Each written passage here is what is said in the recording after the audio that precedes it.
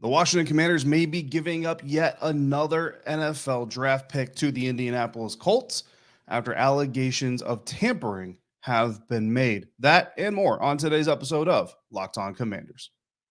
You are Locked On Commanders, your daily podcast on the Washington Commanders, part of the Locked On Podcast Network, your team every day.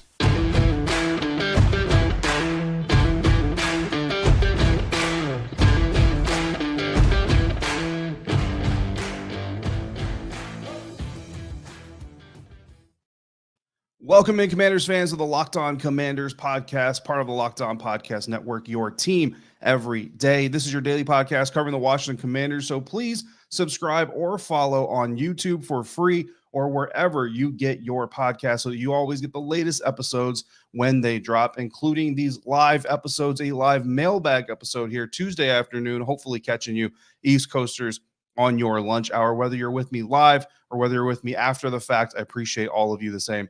Regardless, I'm David Harrison, credentialed member of the media covering your Washington Commanders for Commander Country, a part of Sports Illustrated's FanNation. You can find me there, here, or on Twitter at dharrison82, or text me anytime at 202-760-2644. And now you can find Locked On Commanders and the entire Locked On network on the SiriusXM app. That's right, Locked On and SiriusXM have partnered up to make sure that you have access to the best locally focused coverage of the Commanders and all your favorite sports teams, to be honest with you, that you can get. And soon, you just might be hearing my voice on your favorite SiriusXM NFL shows. But that's a little bit later. Let's talk about today, and I appreciate you all for coming through, making Locked On Commanders your first listen or view today and every day. To the everydayers out there, always appreciate you coming through 5 days a week, joining me here. This episode is sponsored by BetterHelp. BetterHelp connects you with a licensed therapist who can take you on that journey of self-discovery from wherever you are. Visit betterhelp.com/lockedon to get 10% off your first month of therapy. Good morning, Albert. Good morning, the rest of all of you joining me here on this live episode. As always, I appreciate it. Look, last year it was reported the Washington Commanders called every team in the league about veteran quarterback availability. And that is what we're going to talk about on today's mailbag episode, because I got emails, I got DMs, I got texts, I got basically a bunch of questions pertaining to this Andrew Luck Indianapolis Colts tampering story.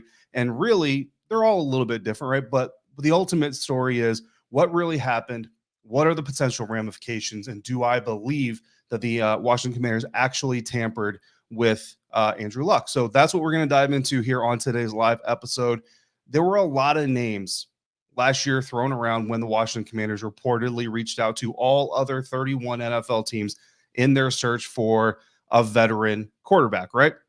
I mean, if you go back a year, you might remember there were articles making fun of them for asking about Patrick Mahomes. There were memes made making fun of the Commanders for asking about Patrick Mahomes, literally leaving no stone unturned, no matter how unlikely it was that they were going to get a yes underneath that rock. Ultimately, the Washington Commanders end up with Carson Wentz. We'll talk about that here in just a little bit. Well, that storyline was revived this week when John Keim of ESPN wrote an in-depth article about how and why Washington is rolling with Sam Howell in his second NFL season as their starting quarterback entering the year. Why they were confident, what they were looking for, all those things. It was a really great piece about Sam Howell as the Washington Commanders quarterback. Well, in the article, Keim mentioned how the Commanders had even looked into the likes of Andrew Luck, who was retired, and his interest in coming out of retirement just last season. The intention, if you read the article by John Keim, which is very good, so if you haven't read, I suggest you do, was to kind of illustrate how different the different places the organization is in this year compared to last year. Whereas last year, like John said, they're calling all 31 NFL teams. They're even calling this retired quarterback to see if he's interested in coming back. This year, they're not doing those things. They didn't talk to Lamar Jackson according to reports. Instead, they're saying, we've got this young guy. We believe in him. We're going to support him. We're going to put talents around him, and we're going to roll forward. The intention by John, and again, this is my understanding of the writing. I don't want to speak for John. He can obviously speak for himself. But my impression of it is just to show the contrast in where the organization is this year to last year. But that sentence, that segment of a sentence really took fire. It's not breaking news. It was things that we already knew about. We talked about it last year. But that thing caught fire, went all over the place on social media.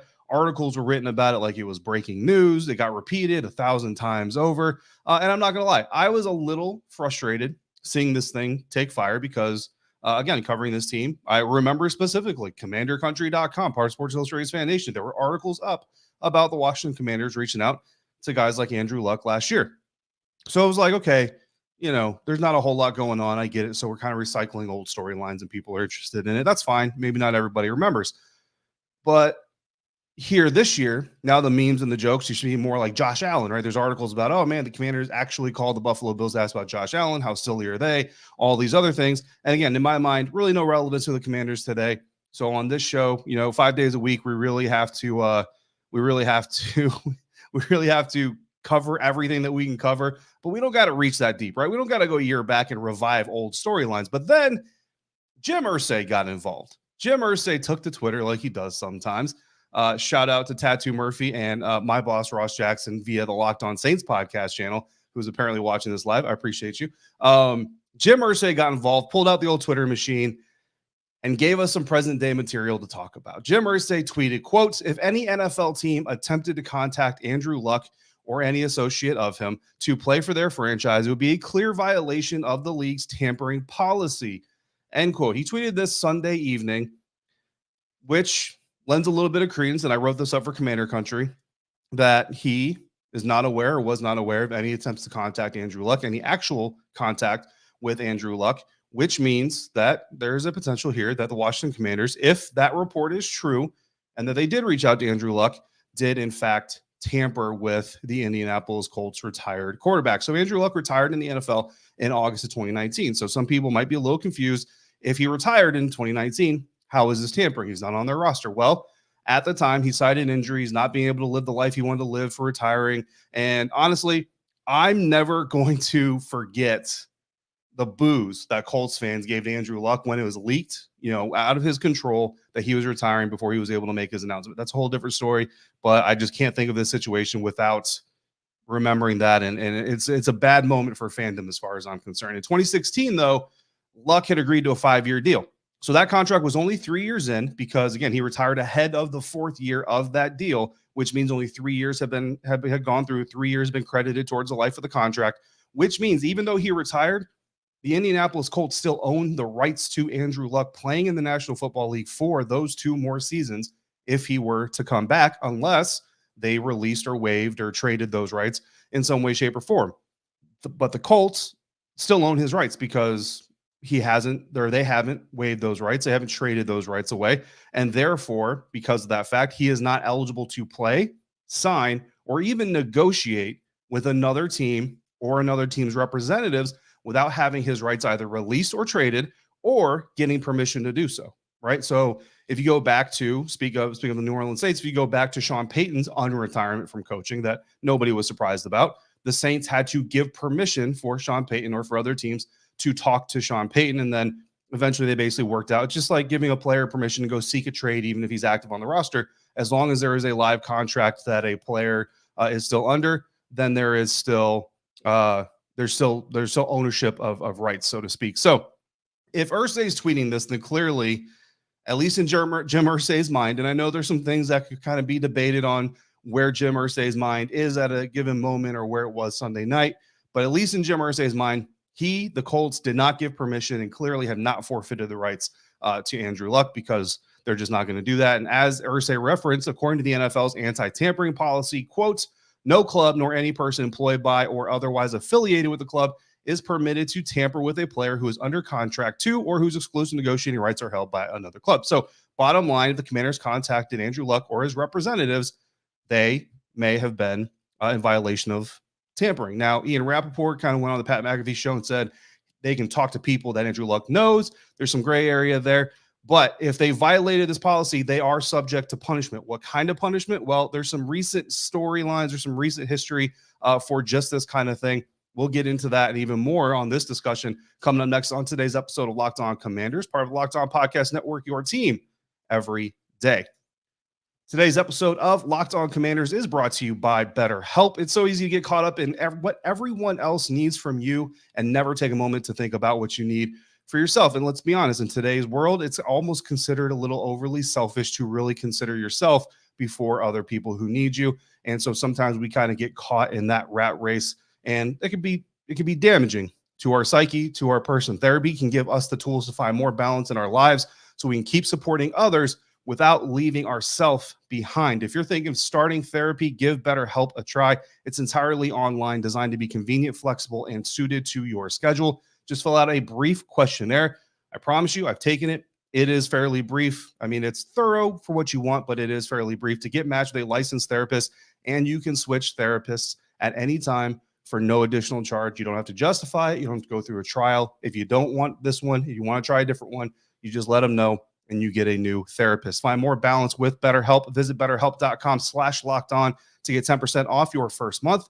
That's BetterHelp, HELP.com/lockedon.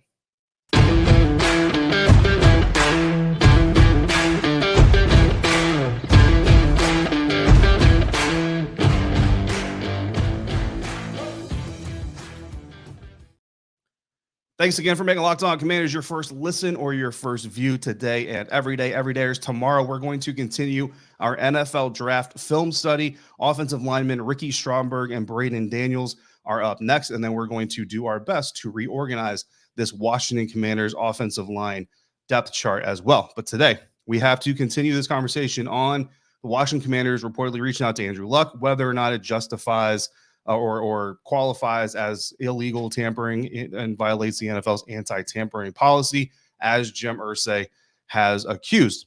So what are the ramifications of tampering, right? Well, there's some recent history to kind of go through with this kind of thing. And there's actually recent history of a team tampering with a quarterback to lean on. So the Miami Dolphins, just this NFL draft, if you've been doing mock drafts, you might have noticed that there weren't 32 draft picks in the first round. There were only 31. And that's because the Miami Dolphins were forced to sacrifice, forfeit, whatever you want to call it, their 2023 first-round pick in this year's NFL draft because they tried to lure Tom Brady away from the team that he was under contract with without following the anti-tampering policies. They didn't get permission. They didn't do the right things.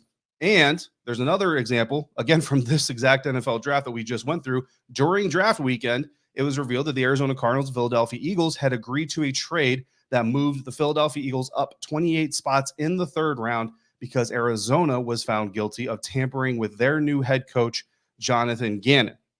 So the coach thing, the player thing, obviously just a little bit different, and the team ended up with Carson Wentz, not Andrew Luck. So is there something to this? Well, we didn't get the quarterback, so why should we have to pay for it? But before we get to that whole discussion, let's talk about punishment, right?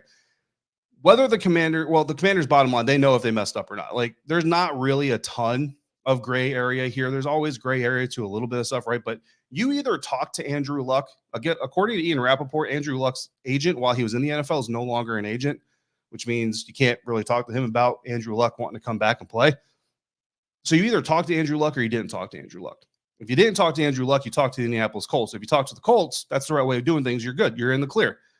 The Dolphins tried circumventing accountability. They violated the anti-tampering policies.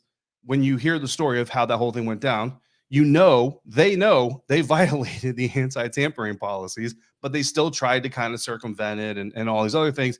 And it cost them a 2023 first-round draft pick. Now, they gambled, tried to, basically say, okay, well, let's see if you can figure it out. The NFL figured it out. They lost a first-round draft pick. Now, here's the kicker of that whole situation, though. That pick just disappears. Like, the team that had Tom Brady under contract doesn't get that first-round pick. The Dolphins just lose a first-rounder.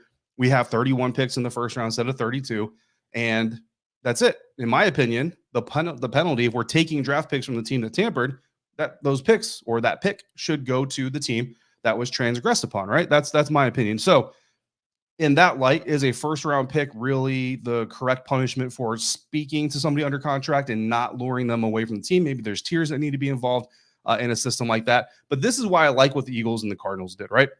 So here's the story. I'll try to sum it up as quickly as I can if you're not aware of it. The Eagles win the NFC Championship game. Sometime between that and the Super Bowl, the Arizona Cardinals GM calls Philadelphia defensive coordinator Jonathan Gannon to ask if he would be interested in their head coaching position, which is not allowed because they didn't get permission for the team, or permission requested was denied.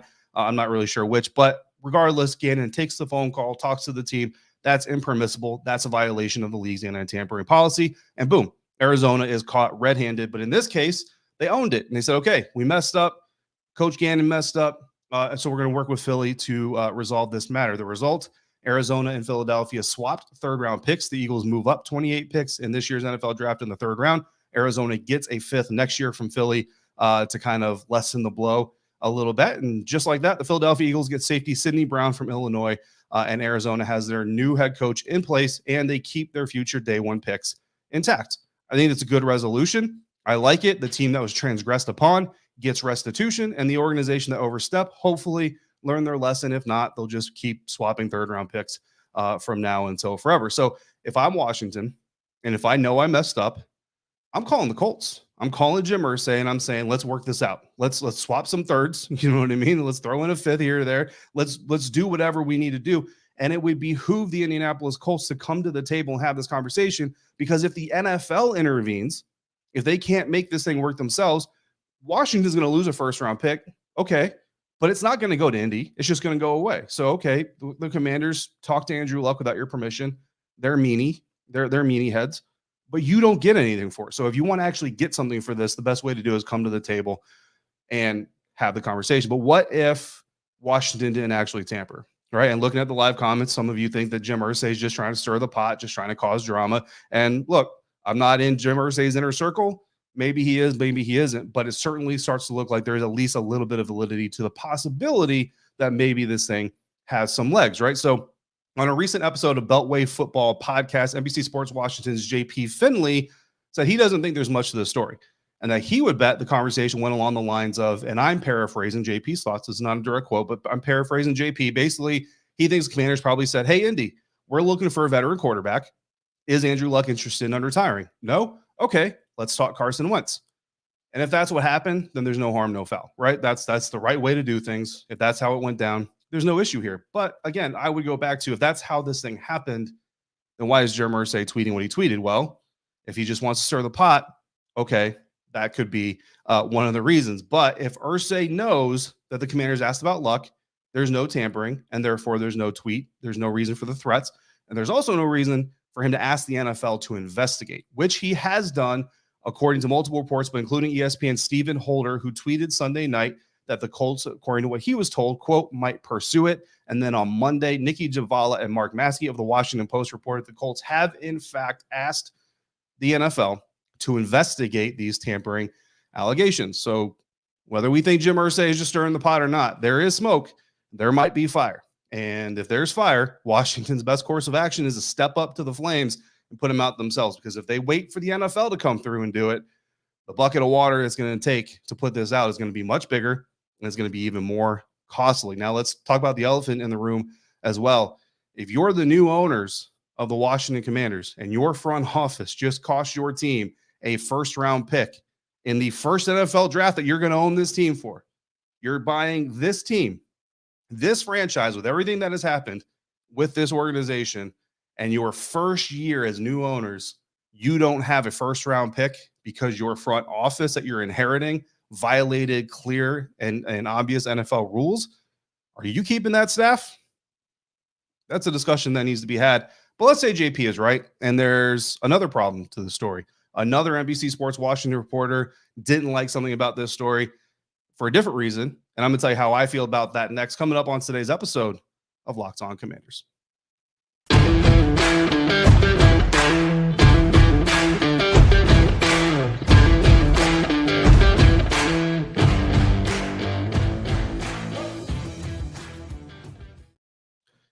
Pete Haley of NBC Sports Washington pointed out a different angle to this Andrew Luck story that I found interesting as well. Again, that's on their Beltway Football Podcast. So if you haven't heard it, make sure you go check it out. It's a good conversation. Pete, JP, and Mitch all having good conversations there about this story, about other things Washington football related as well. But in this specific episode, in the first segment, Haley talks about the part of the story that bothered him more than the potential of tampering was and maybe not so much more than the potential of tampering. Maybe Pete just agrees with JP that, it's not likely that the Commanders actually tampered with Andrew Luck, but really the amount of desperation that these tactics appear to show. And this is kind of where the Carson Wentz part of this comes in. Mind you, again, this is all going down allegedly in the 2022 offseason. So before Sam Howell is a part of the team, after Ryan Fitzpatrick, Andrew Luck, and this is kind of where Pete's point comes in, Andrew Luck last took a meaningful NFL snap on January 12th, 2019.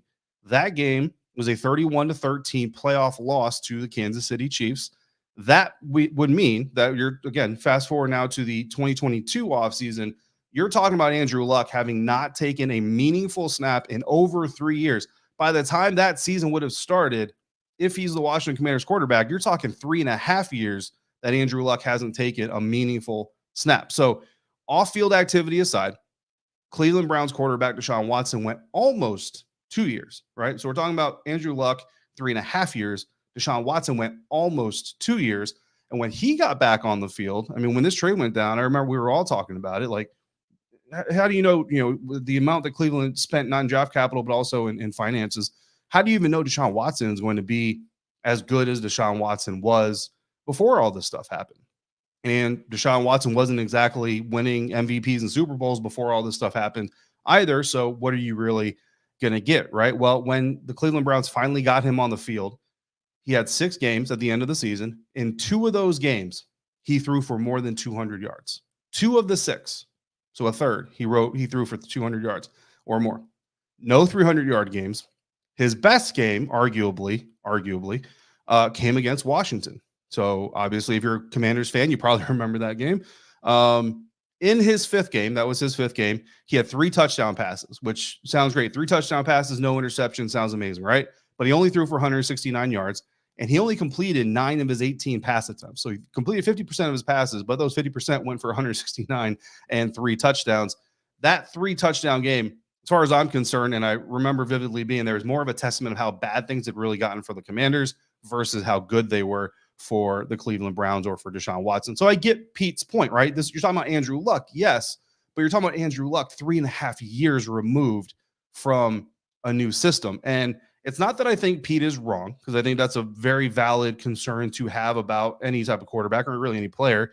I just disagree that it would have been a bad idea to bring Luck in if possible. Now, granted, I'm putting on hindsight glasses, right? Which always is always, of course, perfect. Now, if you go back, Luck played 6 years of football before he retired. He missed 9 games in 2015 and then all of 2017 due to injury setbacks. In the 86 regular season games that he did play or start, he won 53 of them. That's 62% winning percentage. And when you consider, again, number 1 overall pick, you're going to a bad team. That's a pretty good winning percentage after 6 seasons.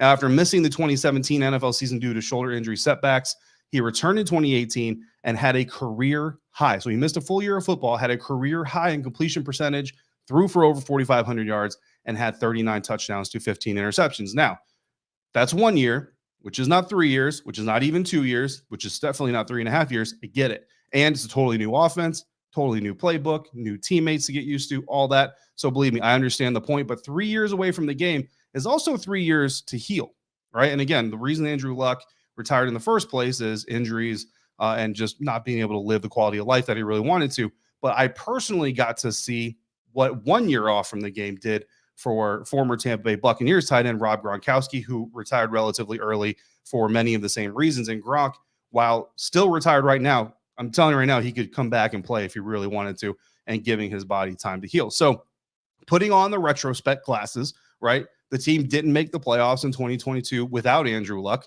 So even if you bring in Andrew Luck and it takes him, say, 6 games like it took Deshaun Watson to get a 300-yard game, and to be fair, Deshaun Watson hasn't had a 300-yard game, so it might take him more than 6 games. You'd be entering 2023 with a 34-year-old Andrew Luck, which is not super young, but also not the oldest, in the National Football League. But now Andrew Luck would have a year with his teammates, a year back in the football groove, doing all these things. Look, I would have been good with it. That's kind of the bottom line to it.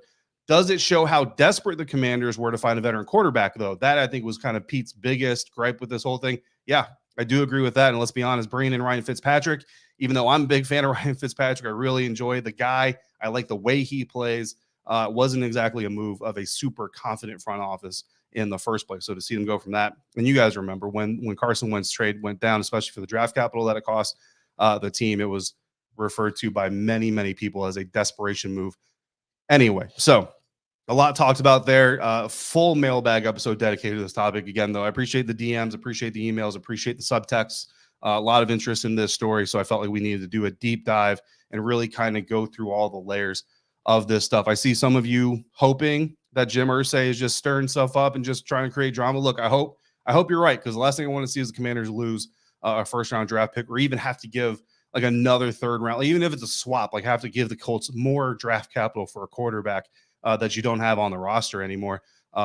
Certainly don't want to see that happen. Anyway, so to recap this episode, Commanders reportedly called Andrew Luck to see if he would come out of retirement. I see in the comments someone saying that Luck's camp kind of denied that allegation. I wasn't able to confirm that type of report, so I didn't really go with that, but certainly possible, right? The Colts appear to not have been aware or consented to this conversation. Irsay has asked the NFL to investigate, which means at least one person, Indianapolis Colts owner Jim Irsay, thinks that there is some validity to it. If it had worked, I'd have been good with the move, especially over Carson Wentz. And again, hindsight, rose-colored glasses, whatever you want to call them, Andrew Luck over Carson Wentz, even with 3.5 years out of the NFL. Yeah, I think I'll take that. We've got some other questions I'm going to store away for our next mailbag, so we will get them in. And if you want to add some more, just hit me up in the several ways to do so. In the meantime, I want to thank you again for coming through, making Locked On Commanders your first listener, your first view every single day. And for the everydayers, don't forget, we've got our film study coming up tomorrow on the team's newest offensive lineman. Again, subtexters, you will be getting links to the games that I watch so that you can follow along. And then on Friday's episode, we will be talking about the NFL schedule release that is happening near the end of the week. We know how this works. There's going to be leaks and all these other things. But once we have the official schedule, I will sit down and we will break down the games, the order, and we will see if my prediction of the Washington Commanders playing the New England Patriots in Germany came true or did not come true. And of course, we'll do a way too early win-loss projection. If you want to add your questions to future mailbag episodes, do so via email to lockedoncommanders@gmail.com. Hit me up on Twitter at dharrison82. Drop them in the YouTube comments or text me anytime via subtext at 202-760-2644. Signing off for today, I'm David Harrison, staff writer for Commander Country, a part of Sports Illustrated's FanNation, credential member of the media, hanging out with you today, and most importantly, 5 days a week. Until we speak again, if you're out and about, please be safe, be kind to one another, and I'll see you right back here next time for another episode of Locked On Commanders, part of the Locked On Podcast Network, your team every day.